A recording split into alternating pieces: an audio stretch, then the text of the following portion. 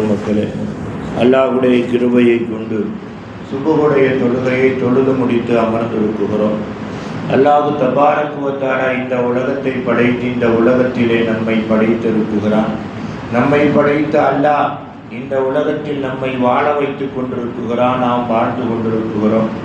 நாம் வாழக்கூடிய உலகத்தில் நம் போன்ற மனிதர்கள் யாரை பிரியப்படுவார்கள் என்றால், யாருடைய முகத்திலே இரண்டு அடையாளம் இருக்குகிறதோ அவர்களை பிரியப்படுவார்கள். நம் போன்ற மனிதர்கள் யாரை பிரியப்படுவார்கள்? அவர்கள் முஸ்லீமாக இருக்கட்டும், முஸ்லீம் அல்லாதவர்களாக இருக்கட்டும். யாரை பிரியப்படுவார்கள் என்றால், யாருடைய முகத்திலே இரண்டு அடையாளம் இருக்குகிறதோ அவர்களை எல்லாரும் பிரியப்படுவார்கள். முதலாவது அடையாளம் என்ன தெரியுமா? யாருடைய முகத்திலே சிரிப்பு தன்மை, சிரிச்ச தன்மை, பொன்முறுவல் பூத்த தன்மை இருக்குகிறதோ அவர்களை பிரியப்படுவார்கள். யாருடைய முகம் சொடிஞ்சு போய் யாருடைய முகம் வெறுப்பாக இருக்குகிறதோ அவர்களை பார்த்தாலே கடுப்பாவார்கள். இரண்டாவது தன்மை எது தெரியுமா? யாருடைய முகத்திலே ஒளிவென்பது தானாக வெளியாகின்றதோ, யாருடைய முகத்திலே ஒளிவென்பது தானாக வெளியேறுகின்றதோ அவர்களை பார்த்து எல்லா மக்களும் பிரியப்படுவார்கள் என்பதை விட பயப்படுவார்கள். என்ன சொல்வார்கள் தெரியுமா? முகத்திலே ஒளிவென்பது தானாக வெளியாகின்றது, நம்மளுடைய நம்மளுடைய கண் பார்வையை மறைக்குகிறது. ஆகையினால் இவர் இறை நேசம் பெற்றவர், இறை அன்பை பெற்றவர் அப்படின்னு பயப்படவும் செய்வாங்க. என்ன செய்வாங்க? பார்க்க பிரியப்படவும் செய்வார்கள். அன்பிற்குரியவர்களே, இந்த இரண்டு அடையாளமும் எதை கொண்டு ஒரு மனிதன் அடைந்து கொள்ள முடியும்? முகத்திலே முகமலர்ச்சி, அடுத்தபடியாக முகத்திலே ஒளிவென்பது எதன் மூலமாக அடைய முடியும் அப்படின்னு பார்க்குகிற பொழுது, அன்பிற்குரிய அருமை பெருமக்களே, இரண்டு விஷயத்தின் மூலமாக அடைய முடியும். பெருமானார் ஸல்லல்லாஹு அலைஹி வஸல்லம் அவர்கள் ஒரு நாள் சுபுஹ் தொழுகைக்கு வர்றாங்க. சுபுஹ் தொழுகையை முடித்து விட்டு பெருமானார் சொல்லுகிறார்கள், நான் ஒரு கனவு கண்டேன். சஹாபாக்கள் சொல்றாங்க, நான் ஒரு கனவு கண்டேன். சஹாபாக்கள் என்ன கனவுன்னு கேட்கிறாங்க. கனவிலே எனக்கு பால் குடிக்க கொடுக்கப்பட்டது. என்ன செய்தீர்கள் யா ரசூலல்லாஹ்? என்னால் முடிந்த அளவுக்கு குடித்தேன். குடித்து மீதம் இருந்ததை என்ன செய்தீர்கள்? திருப்பி கேட்கிறாங்க. திருப்பி கேட்கிறாங்க.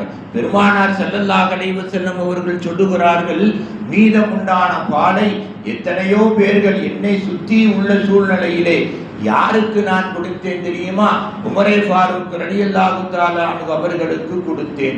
அவர்கள் என்ன செய்தார்கள் யா ரசூலல்லாஹ்? அவர்கள் எல்லாவற்றையும் குடித்து முடித்து விட்டார்கள்.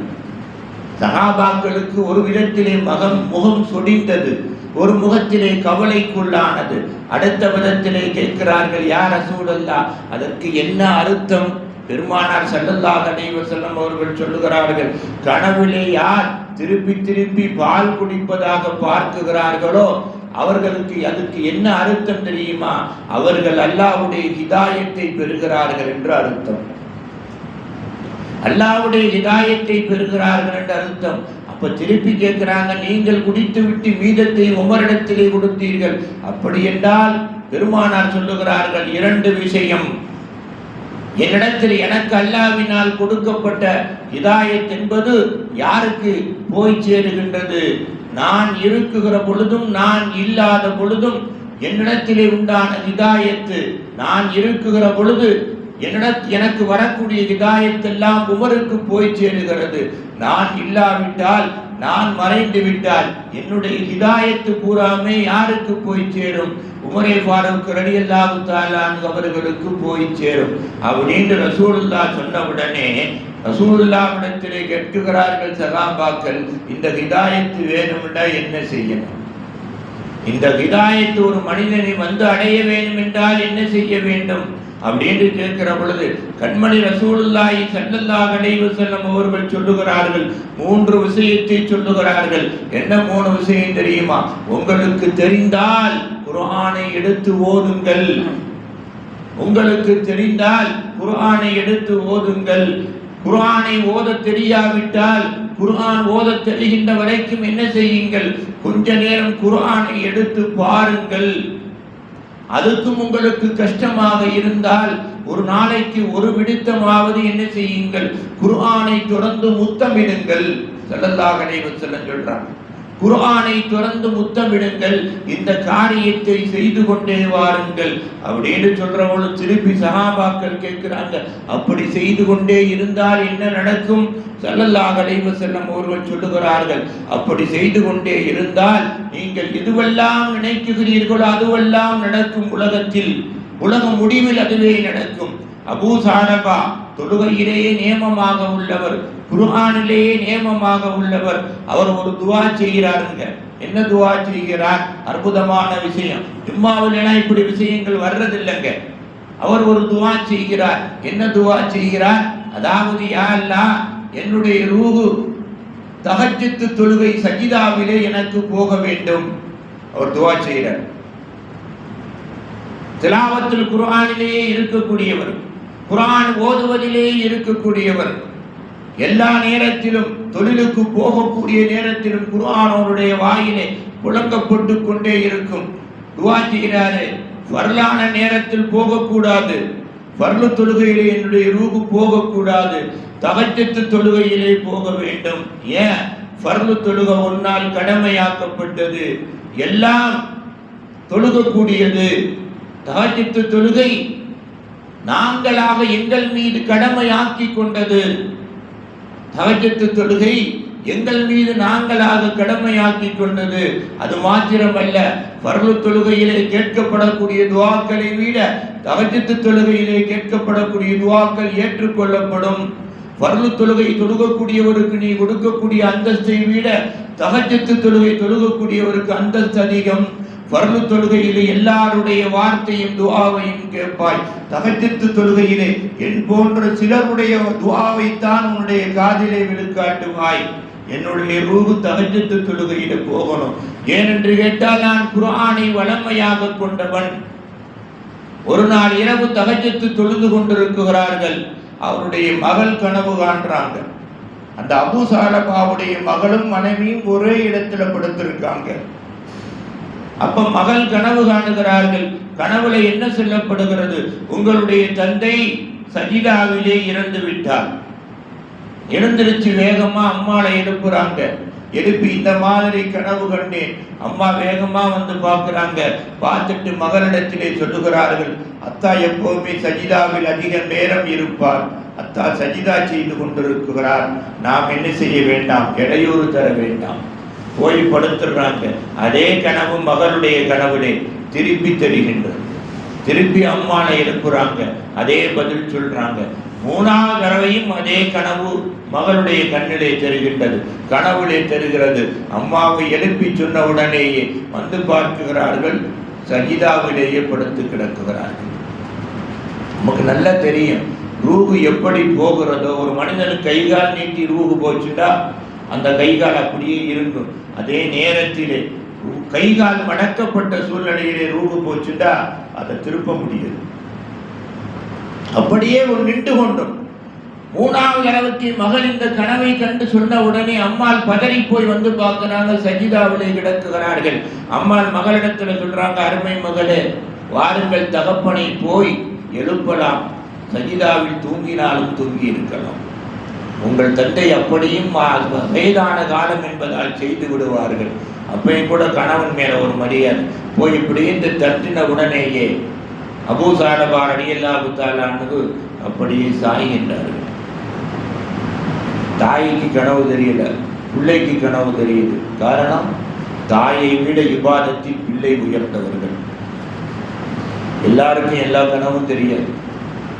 அப்படின்ட்டு தட்டுறாங்க. அபூ ஸாலபா ரலியல்லாஹு தஆலா அன்ஹு அப்படியே சாயிறாங்க. சாஞ்சவங்க என்ன செய்யறாங்க தெரியுமா? கால் கையெல்லாம் தானாக நீட்டி விடுகின்றனர். கால் கையெல்லாம் தானாக நீட்டி விடுகின்றனர். அப்ப இந்த தன்மை எதற்படி கிடைத்தது? இந்த தன்மை எப்படி கிடைத்தது? இந்த அந்தஸ்து எதன் மூலமாக அடைந்தார்கள் தெரியுமா? குர்ஆனின் மூலமாக அடைந்தார்கள். குர்ஆனின் மூலமாக அடைந்தார்கள். அல்லாஹ் குர்ஆன்ல 15 ஒரு ஆயத்து சொல்றான். சொல்லி முடிக்க ஒரு ஆயத்துல சொல்றான். ஏன்னா உனக்கு ஏற்படக்கூடிய எல்லா பிரச்சனைக்கும், குறிப்பாக உனக்கு ஏற்படக்கூடிய எல்லா நோய்க்கும் எங்கெங்கேயோ மருந்தை போய் தேடாத, குர்ஆனிலே மருந்து இருக்கிறது. மினல் குர்ஆனி மா ஹுவ ஷிஃபாங்கிறான். உனக்கு ஏற்படக்கூடிய பணக்குழப்பம், உன் உடலிலே ஏற்படக்கூடிய, உன் குடும்பத்தில் ஏற்படக்கூடிய எல்லா பிரச்சனைக்கும் குர்ஆனிலே நான் மருந்தை வைத்திருக்கிறேன். அந்த மருந்து என்ன? திலாவத்துல் குர்ஆன். குர்ஆனை ஓதிப்படு, குர்ஆனை ஓத தெரிந்து கொள். மினல் குர்ஆனி மா ஹுவ ஷிஃபா, குர்ஆனிலே எல்லா மருந்தையும் வைத்திருக்கிறேன். வமா யஸீதுல் ஆலிமீன இல்லா வஸாரா. இதை யார் நம்ப மாட்டாங்க? அநியாயக்காரரை தவிர யாருமே நம்ப மாட்டாங்க. அநியாயக்காரர் தான் இதை நம்ப மாட்டார்கள், மற்ற எல்லா பேரும் இதை நம்புவார்கள். இந்த குர்ஆனின் மூலமாக வழி பெறுபவர்கள் அதிகமான பேர்கள், அநியாயக்காரர்கள் வழி பெறவே மாட்டார்கள். வலா யஸீதுல் ஆலிமீன இல்லா வஸாரா. நஷ்டமடையக்கூடியவர்கள் தான் என்ன செய்வார்கள்? இதை நம்ப மாட்டார்கள், வேறு எல்லாரும் நம்புவாங்க. அன்பிற்குரிய அருமை பெருமக்களே, அப்ப மனிதனுக்கு 4 விஷயம் வாழ்க்கையிலே வேணும்னு சொன்னோம். அதுல 2வது விஷயம் என்ன தெரியுமா? என்னன்னா, திருக்குர்ஆன் ஷரீஃபை என்ன செய்யணும்? வழக்கமாக வாழ்க்கையிலே கொண்டு வரணும். பெரியார்கள் சொல்றாங்க, ஒரு நாளைக்கு முடிஞ்சது ஒரு 3/4 இசுவாவது உன் கண் குர்ஆனிலே ஓதப்பட பார்க்க வேண்டும். குர்ஆன் ஓதக்கூடியவங்களுக்கு என்ன வராது? கண் பிரச்சனை வரவே வராது. எத்தனை வயதானாலும் சரி, கண் பார்வை குறைந்தது, அவங்க ஆபரேஷன் பண்ணாங்க, அவங்களுக்கு கண்ணில பிரச்சனை வந்துச்சு, வரவே வராது. குர்ஆனை ஓதக்கூடியவர்களுக்கு நெத்தியில் அடையாளம் என்ன தெரியுமா? நெத்தி ஜொலித்து கொண்டே இருக்கும். முகத்தில் அடையாளம் என்ன தெரியுமா? வதனம் என்ன செய்து கொண்டே இருக்கும். அடுத்தவர்கள் பார்க்குகிற பொழுது அவர்களுடைய அவருடைய முகத்தின் பார்வையை அப்படியே என்ன செய்யும்? பரவசமடைய செய்யும் குர்ஆனை ஓதுவதன் மூலமாக. அன்புக்குரிய அருமை பெருமக்களே, குர்ஆனுக்கு அல்லாஹ் தஆலா அவ்வளவு ஒரு மரியாதையை வச்சிருக்காங்க. குர்ஆனை கையில எடுத்தவர் குர்ஆன் நிரந்தரமாக இருப்பதை போன்று அவருடைய எல்லா காரியமும் நிரந்தரமாக இருக்கும். அவருக்கு குறைவென்பதே கிடையாது. அரியாபுரத்தில் இருந்து உதவி, அரியாபுரத்தில் இருந்து காரியங்கள், அரியாபுரத்தில் இருந்து அவருடைய தேவைகள் நிறைவேற்றப்படும். ஆகையினால் தான் ஸல்லல்லாஹு அலைஹி வஸல்லம் அவர்கள் சொன்னார்கள், என்ன செய்யுங்க? குர்ஆனை கையிலே எடுத்தவர்களாக வாழ்க்கையை நடத்துங்கள். 3வது விஷயம் என்னங்க? இன்ஷா அல்லாஹ் நாளைக்கு தெரிந்துக்கலாம். ஆக அன்பிற்குரிய அருமை பெருமக்களே, உலகத்தில் வாழக்கூடிய வாழ்க்கை அவசர மௌத்துக்காக அல்ல, திடீர் மௌத்துக்காக அல்ல, பெரும் நோய்க்காக அல்ல, அடுத்தவர் என்ன வாங்கி கொடுப்பார், என்ன கொடுப்பார், நம்ம வாங்கலாம் சாப்பிடலாம் அப்படிங்கிற எண்ணத்திற்காக அல்ல, நாம் அடுத்தவருக்கு கொடுப்பதற்காக, அடுத்தவருடைய நோய்க்கு துஆ செய்வதற்காக, அடுத்தவருக்கு ஏற்படக்கூடிய அவசர திடீர் மரணத்திற்கு அல்லாஹ்விடத்தில் பாதுகாப்பு தேடுவதற்காகத்தான் அல்லாஹ் குர்ஆனை கொடுத்திருக்கான். இந்த குர்ஆனின் பிரகாரம் நடந்தவர்கள் எல்லாம் மாணிக்கமாக நாளை இறைவனிடத்திலே என்ன செய்கின்றார்கள்? மின்னுவதற்கு காத்திருக்கிறார்கள். அதே வழியிலே நாமும் நடந்து அந்த மாணிக்கங்களோடு நாமும் சேரக்கூடிய பாக்கியத்தை அல்லாஹ் உங்களுக்கும் எனக்கும் நம் சந்ததிகளுக்கும் நிரந்தரமாக தந்து அருள் புரிவானாக. வாஹிரு தஅவானா அனில் ஹம்துலில்லாஹி ரப்பில் ஆலமீன். அல்லாஹும்ம ரப்பனா ஆத்தினா ஃபித் துன்யா ஹஸனா وفي الآخرة حسنة وقنا عذاب النار. وصلي على النبي سيدنا ونبينا مولانا محمد وعلى آله وصحبه أجمعين برحمتك يا أرحم الراحمين. والحمد لله رب العالمين. صلى الله على محمد صلى الله عليه وسلم. صلى الله على محمد صلى الله عليه وسلم. صلى الله على محمد. يا رب صل عليه وسلم. السلام.